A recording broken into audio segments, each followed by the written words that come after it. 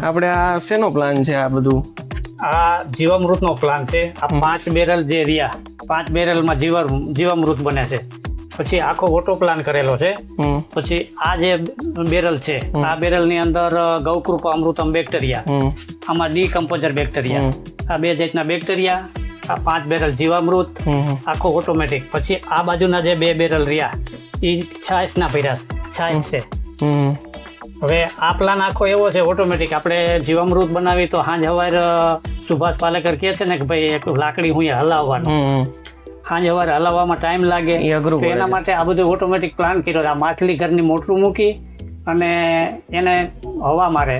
આ બેરલમાં એક નળી નાખી દેવાની, કલાક ખાંજે ને કલાક સવારે હેલા રાખે, પાણી ઉફાળા માર્યા રાખે ને ચાલુ રહે. પછી આ મોટર જે છે એ મોટર થી ઉપાડી અને ચાપુ ચાલુ કરીને વાલ ફેરવવાના, એટલે જ્યાં પાણી જાતું એની ભેગું વયું જાય.